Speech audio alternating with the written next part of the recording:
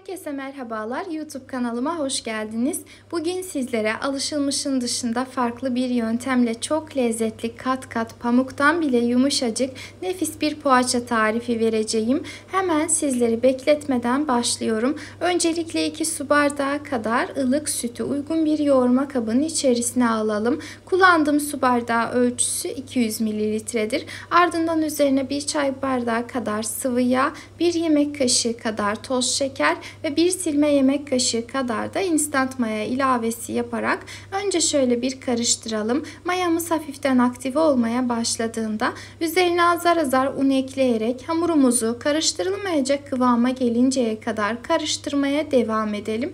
Ben toplamda 5,5 su bardağı kadar un kullanarak istediğim kıvamı yakaladım. Yine de her zaman söylediğim gibi unu kontrollü eklerseniz çok daha iyi olur.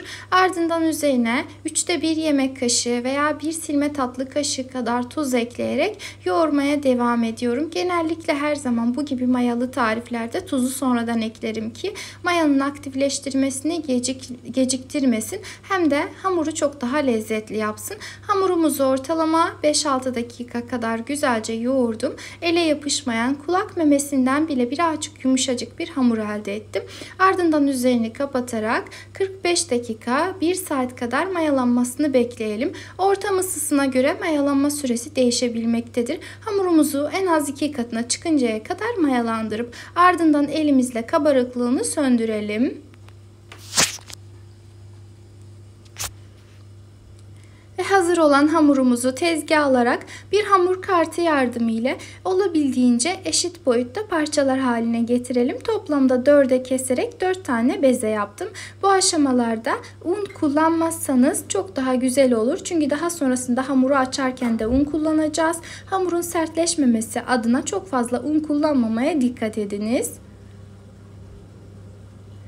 Bu arada ben her zaman poğaça yapıyorum ve de her zaman benim poğaçalarımdan mayalı tariflerimden maya kokusu geliyor diye soran arkadaşlar için özellikle söylüyorum. Hamurunuzu mayalandırdıktan sonra mutlaka mayanın kokusunun gelmemesi için o kabarıklığını ilk önce indirip daha sonrasında işleme devam etmelisiniz. Aksi takdirde mutlaka maya kokusu gelecektir. Toplamda 4 adet bez elde ettim. Üzerlerini kapatıp 10 dakika kadar dinlendirdim ki hamurlarım birazcık yumuşasın, açarken çok daha kolaylık olsun. Ardından tezgaha biraz un serpiştirip hamurlardan bir tanesini tezgaha alarak elimle önce biraz genişletip ardından merdane yardımıyla açmaya başlıyorum.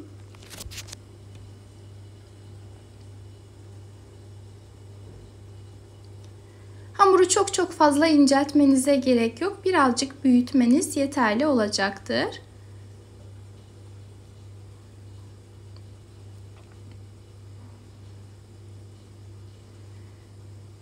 Hamuru biraz büyüttükten sonra üzerine fırça yardımıyla tereyağı sürelim.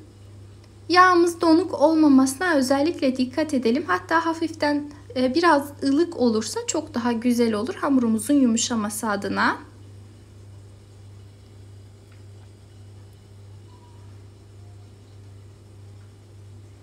Hamurun her tarafını güzelce yağladıktan sonra elimizle olabildiğince genişletelim. Çok fazla çekiştirmeyelim. Mayalı bir hamur olduğu için kolaylıkla yırtılabilir çünkü. Olabildiğince hamurumuzu genişleterek açtıktan sonra bir bıçak yardımıyla önce 2'ye sonra 4'e olacak şekilde keselim.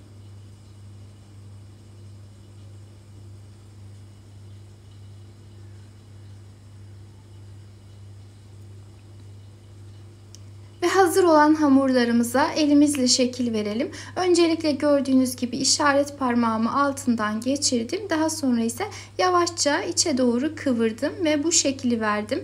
Bildiğimiz gül böreği veya gül baklavası şeklinde olacak ama farklı bir görüntü oluşacak dediğim gibi, ama kat kat olması için bu şekilde yaptım. Eğer daha önce sizler de denemediyseniz mutlaka deneyin derim. Bu arada hamur mayalı olduğu için oklavayla veya farklı bir şeyle şekil vermemeye çalışın. Çünkü yırtılabilir. O yüzden mutlaka elinizi altına geçirip daha sonra hamura şekil veriniz. Bu arada eğer tarifimi buraya kadar izlediyseniz beni nerelerden, yani hangi ülkeden, hangi şehirden izlediğinizi yorum kısmına yazarsanız çok sevinirim. Ve de tarifimizle ilgili herhangi bir sorunuz, görüşünüz veya öneriniz olursa onları da yorum kısmında belirtebilirsiniz. Her zaman olduğu gibi kontrol edip cevaplamaya çalışacağım. Şimdiden değerli yorum ve beğenileriniz için hepinize çok çok teşekkür ediyorum. Hamurlarımızı hazırladıktan sonra uç kısımlarına iç harcından yerleştiriyorum. Ben iç harcı olarak tam yağlı inek peyniri ve beyaz peyniri karıştırıp o şekilde kullandım. Sizler dilediğiniz iç harcını kullanabilirsiniz. Yani damak zevkinize uyarlamanızı tavsiye ederim. İç harcımızı yerleştirdikten sonra önce kenarlarını içe doğru getirip ardından yavaşça rulo haline getirelim.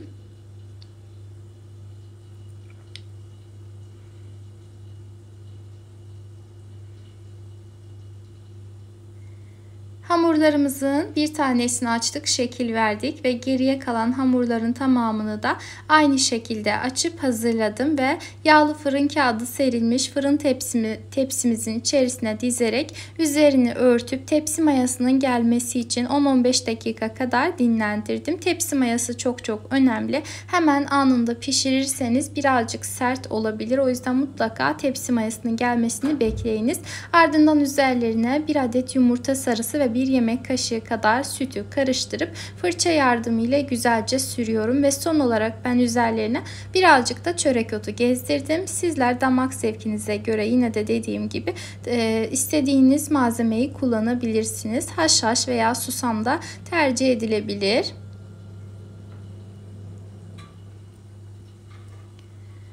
Ve hazır olan hamurlarımızı önceden ısıtılmış 170 derece fırında pişmeye gönderelim. Katlı bir hamur olduğu için yüksek derecede pişirmemeye özen gösterirseniz çok daha güzel olur. Ortalama pişme süresi 20-25 dakikadır. Fırından fırına süre değişebilmektedir.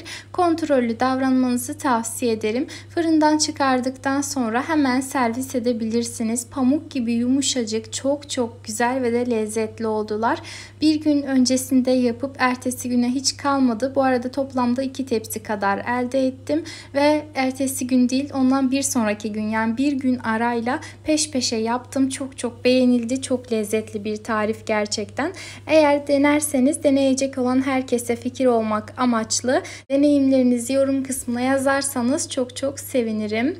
Şöyle gördüğünüz gibi gerçekten de pamuk gibi ve de çok çok güzel görünüyor. Kokusu da muhteşem. Eğer püf noktalarına uyarsanız birebir aynısını, hatta daha güzelini ve lezzetlisini yapacağınızdan hiç şüphem yok. Eğer beğendiyseniz beğeni bırakabilir, yorum yazabilir, kaydedebilir ve de aşağıdaki paylaş butonuna tıklayarak sevdikleriniz ve ailenizle paylaşabilirsiniz. Yeni videolarımdan haberdar olmak isterseniz eğer kanalıma ücretsiz bir şekilde abone olarak bildirim zilini tüm olacak şekilde etkinleştirmeniz yeterli olacaktır. Yeni videolarımda görüşmek üzere. Kendinize iyi bakın. Allah'a emanet olun.